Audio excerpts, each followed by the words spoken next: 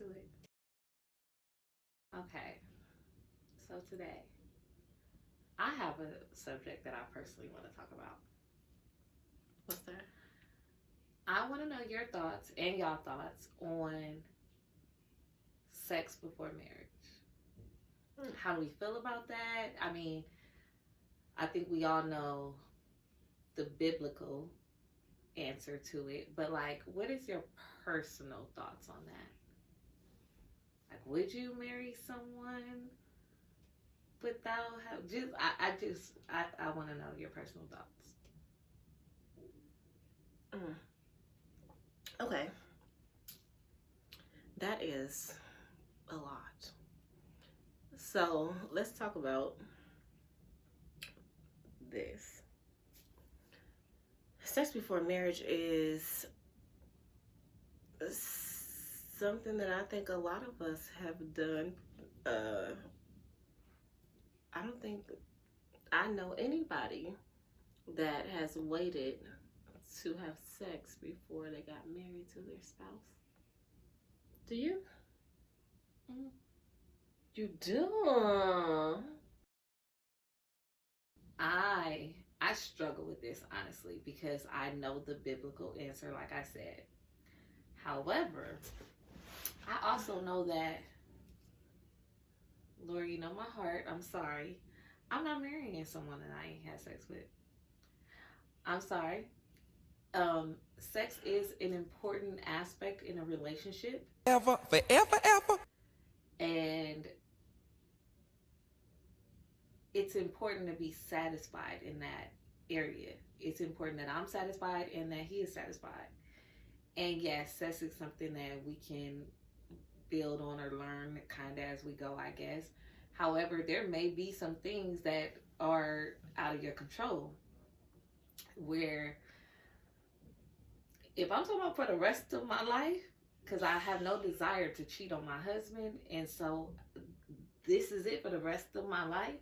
If it's something that's out of your control, it's not gonna work for me. Yeah.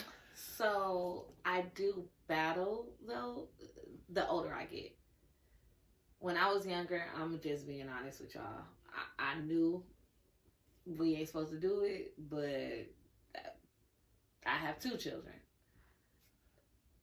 Other than her, I have an 18-year-old as well, not with her father, and I have another daughter by another man. That one we actually got married. And that's why I say I don't feel like a baby, or even if you would have waited until you were married to have that child, would have solidified that you guys would last. I don't believe that. I don't feel like his intent, yes, to have children together, yes, but not that's going to alleviate you from being a baby mama, because I mean, we all know from experience that you can do it the right way. Meet, date, become boyfriend and girlfriend, then fiance, then marriage, then kids, and still end up in divorce. I think God intends it. Just it's unfortunate it doesn't happen like this. But I think God's purpose is for us to actually meet our person that we are going to be with for the rest of our lives. I don't think God believes in divorce. So for God, he wants you to save yourself for this one and only person, because this is your temple. Your body is your temple. So he wants you to only experience that despite children. He wants you to only experience something that beautiful with one person. I think that's God's reason, because God doesn't intend for us to get married, divorced, married again, divorced again, married again. He his alignment is. In the Bible, they had many different wives, though. Well, I'm just saying my thoughts on what I think. Why I think he. But let's dissect that. Like in the Bible, men had several wives. That's several wives. And even when they didn't have wives, did they divorce them and then go get like? No. We're speaking for the so again. So then you saved yourself as a woman. You saved yourself for your only partner. If you never divorced this man, this is the only man that you've ever been with. If you saved yourself and you waited until marriage, you had this beautiful experience with this man and this man only. No other man has experienced you on that level. That's a great idea.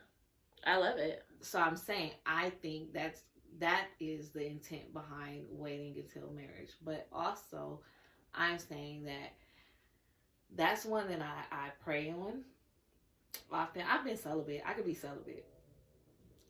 But actually waiting until I'm married to have sex with my partner, I don't see that for me. I also, adding to that, I can't see me marrying someone that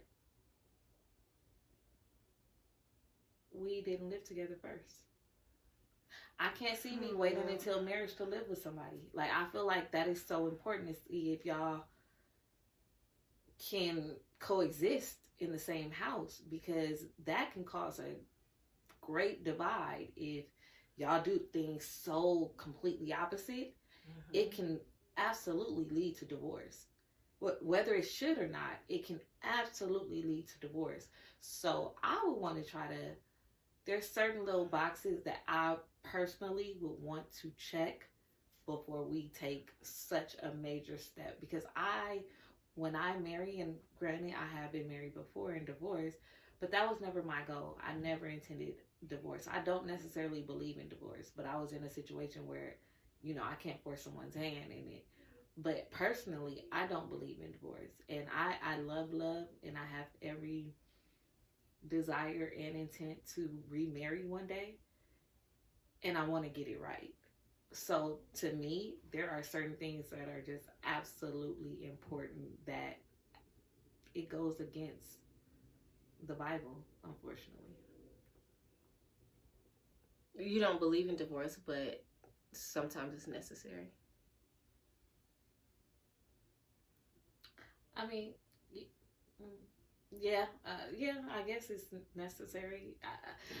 I don't know. I don't even know how I feel about that. I feel like if we actually took our time to learn our partners and learn certain things, it would prevent it. Because those necessary things we would have already seen before taking that step. So I can't even say that I feel like it's necessary. I feel like I personally just don't believe in divorce. I feel like we're supposed to take our time with that particular person before we make that step. I do genuinely feel like I would have preferred I got it right the first time. I would have preferred only one man in this world can say, I've been married to her. No, absolutely. I think that's very ideal. I think that believing in divorce and it being a reality is two different things. And I also believe that just like we're talking about having sex out of marriage, we're talking about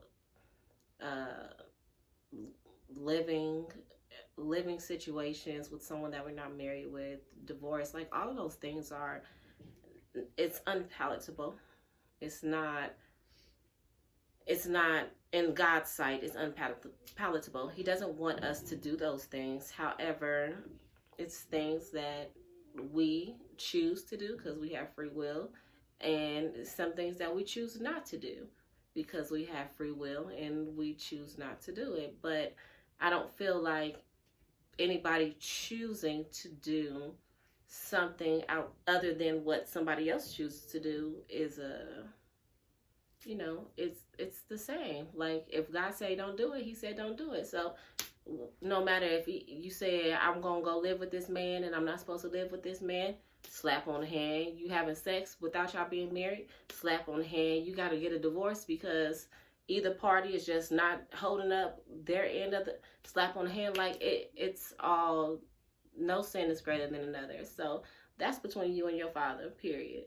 So your walk is your walk, and what you do, it's a reflection of you and it's a reflection of him, and we all have to answer to the things that we decide to partake in.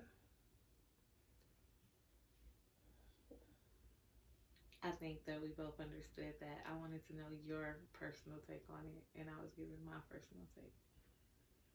How do you feel about it? Because you mentioned that you've been married, and from that marriage you had a child.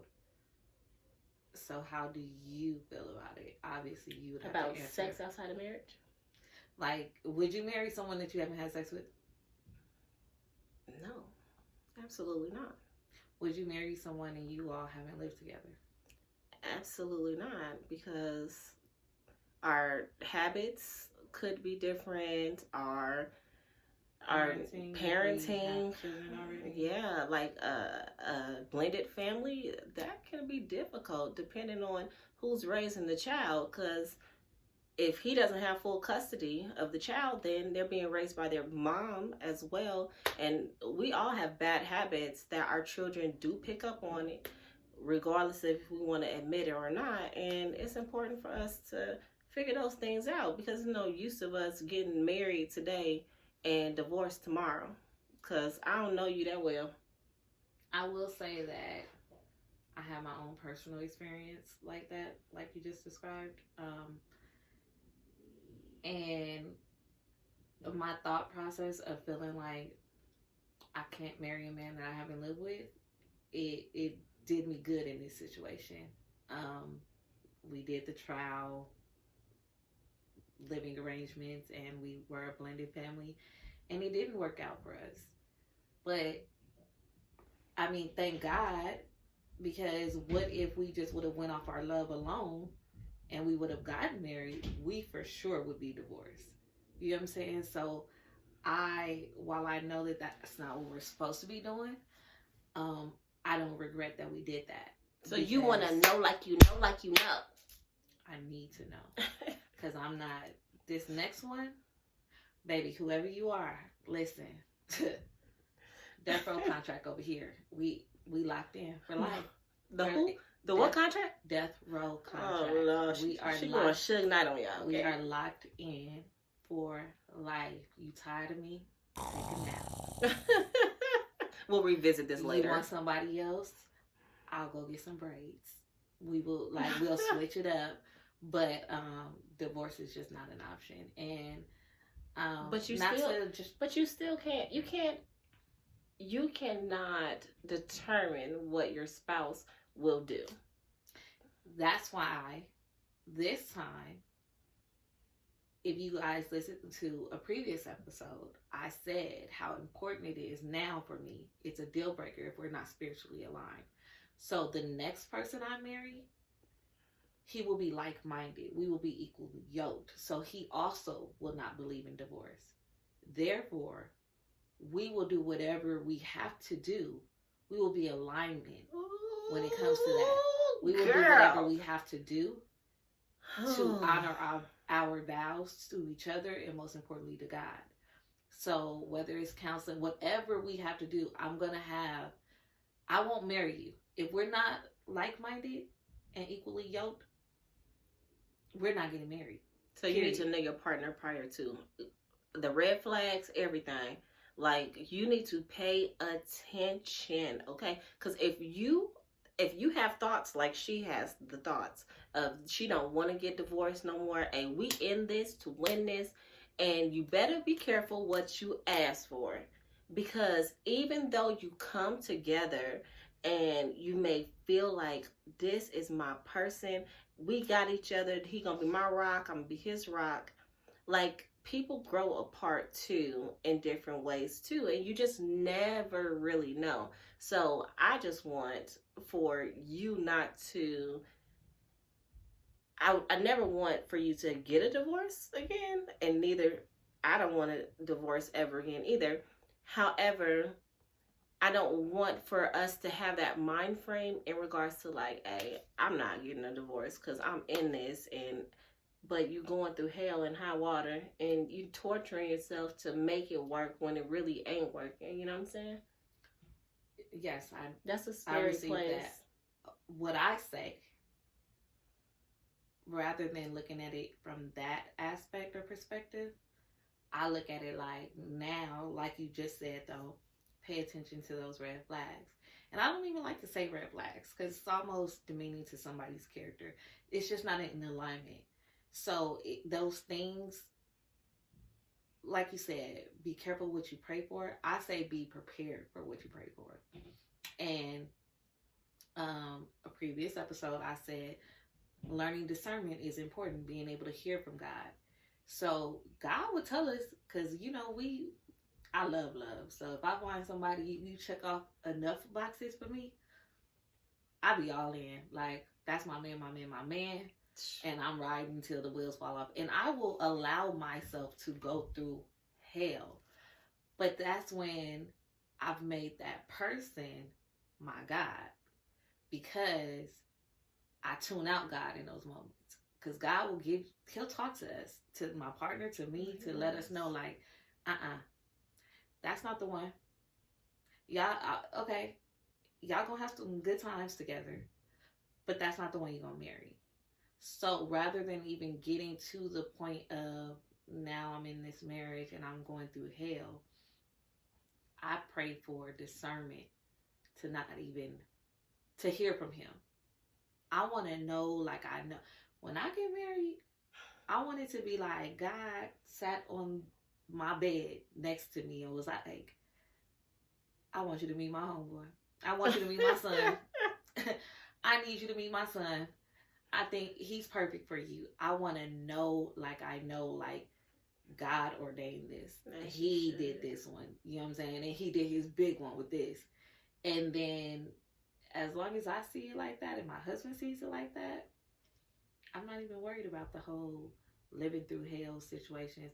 Because another thing about relationships, and especially marriage, you're going to always have to relearn your partner. Because we're never supposed to just remain the same. But you have to be willing to relearn. Exactly. So then that plays into alignment. Mm-hmm. We're not supposed to stay the same. We're supposed to grow. We're going to change. We have to be both willing to relearn you in that season and be able to recognize, okay, my partner is in their growing season or their changing season, and I have to have the patience to say, okay, this different. Oh, this different. But we in this. Let's do it. Let me learn it, and then I'm gonna learn to love every part of you in every season. And then going through those seasons where you have to relearn your partner, who are you consulting? Because are you consulting your mom, your dad, your sister, your best friend? Who are you talking to about your partner? Because believe me, those things right there will end up biting you in your butt. The person you need to be talking to is a person that could do something about it. The only person that could impede and go into their spirit and into their character and talk to them about their flaws and whoop their butt the way that you can't whoop their butt. Because you can raise your voice as much as you want to. You could do whatever you want to physically in this realm to try to change somebody, but you can't. They have to want to change, and you're going to need some interceding from God to assist you with helping them see the changes that is necessary for y'all to make it. But even, and I agree with that, but in growing your season doesn't mean they have flaws. It's just, if anything, I would pray to be able to learn this new version of them. Because I don't want to have the same person. If we met at 20 and we now 40 and you the exact same person that you were when you was 20, that's a problem for me. I expect you to evolve, and when you evolve, I have to relearn you. Absolutely. And vice versa. So I don't look at that as a flaw. I would, if anything, pray for the patience and the guidance to learn this new version of you, because we get so comfortable in feeling like, this ain't you. I know you like the back of my hand. Like, what is this? But if we have the right mentality about that, we're not going to look at that as a negative, because it could very well be a positive, or it could just be uncomfortable because it's like, dang, I've known you for 15 years. Like, who are you? That's when I would turn to God. Well, That's to me, it's a stranger in my house. There's a stranger in my house. Okay. Yeah. I don't know who this person is, but I'm trying to figure it out. But it's not about it being a flaw. It's about there being a division because you're not understanding anymore, because you're growing as two different people and you're coming together as one under one roof. So it's not in regards to flaws. It's in regards to you're just changing and you're coming together And if you don't understand, there can be some communication deficits. It can be some points of feeling lonely and just sometimes not heard or not seen or whatever it may be. But at the end of the day, like I said, you need to consult with the person that is there and present on a daily basis and in the midst of it all, and not talk to other people that are flawed, that have different things going on in their own relational lives, you know what I'm saying? And they don't have the best ideas and advice for themselves. So be careful who you receive advice from. Well, I think it's important to have a village that you can talk to, at least one Absolutely. person, even if it's a therapist. I think that's important, but just have boundaries in those conversations. Like, make that communication clear. So if I just need a listening ear right now. I'm not seeking advice. I'm not, make that clear before you open up. If it's, I'm not trying, like, that's important. If you need advice in something, or you just need someone to vent to.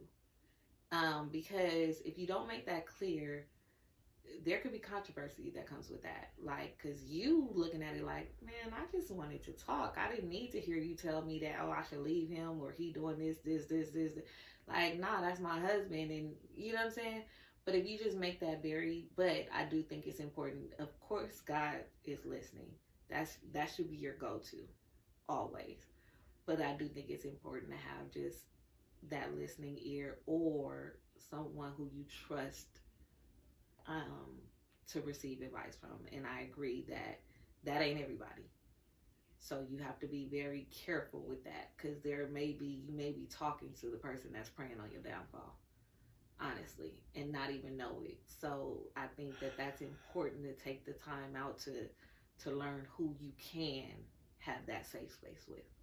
Absolutely. All right.